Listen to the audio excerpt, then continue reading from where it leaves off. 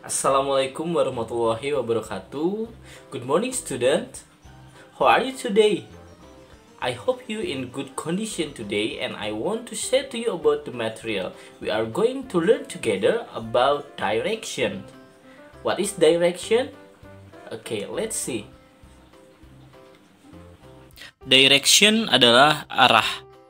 Giving direction adalah memberikan petunjuk arah. Dari itu, dalam bahasa Inggris, giving direction berarti juga memberikan suatu petunjuk dengan bahasa Inggris melalui kosakata arah yang telah ditentukan dan sesuai dengan fungsi kata tersebut. Berikut adalah contoh dari direction.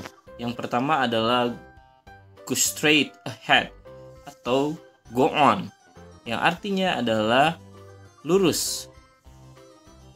Sekali lagi, go straight ahead atau go on, yang artinya adalah lurus. Selanjutnya adalah turn left, yang artinya belok kiri. Sekali lagi, turn left, yang artinya belok kiri. Selanjutnya adalah turn right, yang artinya belok kanan. Sekali lagi, turn right, yang artinya belok kanan. Preposition of place di sini adalah kosakata untuk menunjukkan keberadaan benda atau kedudukan suatu benda.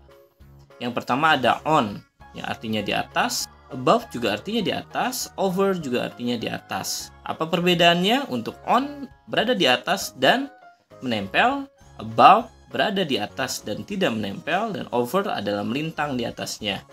In front of adalah di depan, behind adalah di belakang, under adalah di bawah dan melintang, below adalah di bawah dan tidak menempel, beside dan next to artinya di samping. Ada juga kosakata untuk menyatakan kedudukan benda dalam satu ruang, yakni in, yang artinya di dalam. Nah, berikut juga adalah contoh-contohnya dalam contoh visual yang lain. Up di atas, down di bawah, out of keluar, in masuk, in di dalam, on di atas, under di bawah, over di atas, at pada atau di atas, cross across berseberangan, along di sepanjang.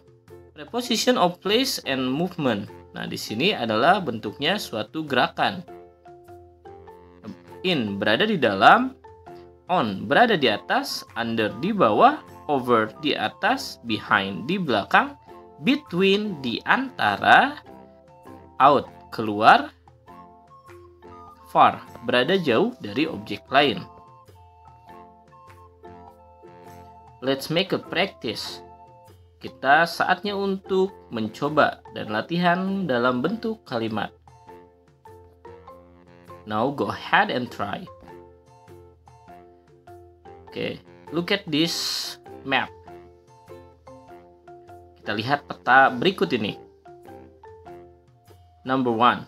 The police station is. Kantor polisi berada di titik-titik the bank and the store. Bank dan toko. Berada di mana kantor polisi? Kita lihat di situ ada kantor polisi, lalu dia berada di sebelah mana bank dan toko.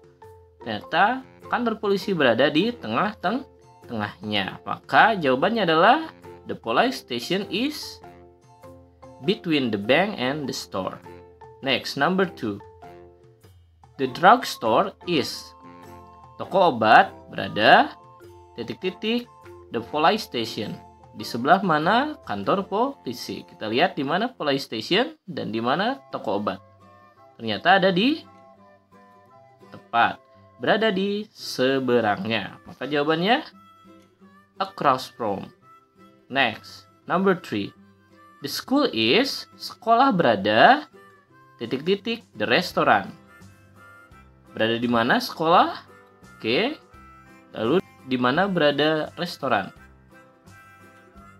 Okay. So the answer is good job. The school is next to the restaurant. Atau the school is beside the restaurant. Good job. Next, number 4. The train station is. Stasiun kereta berada titik-titik the school. Kita lihat di mana stasiun kereta.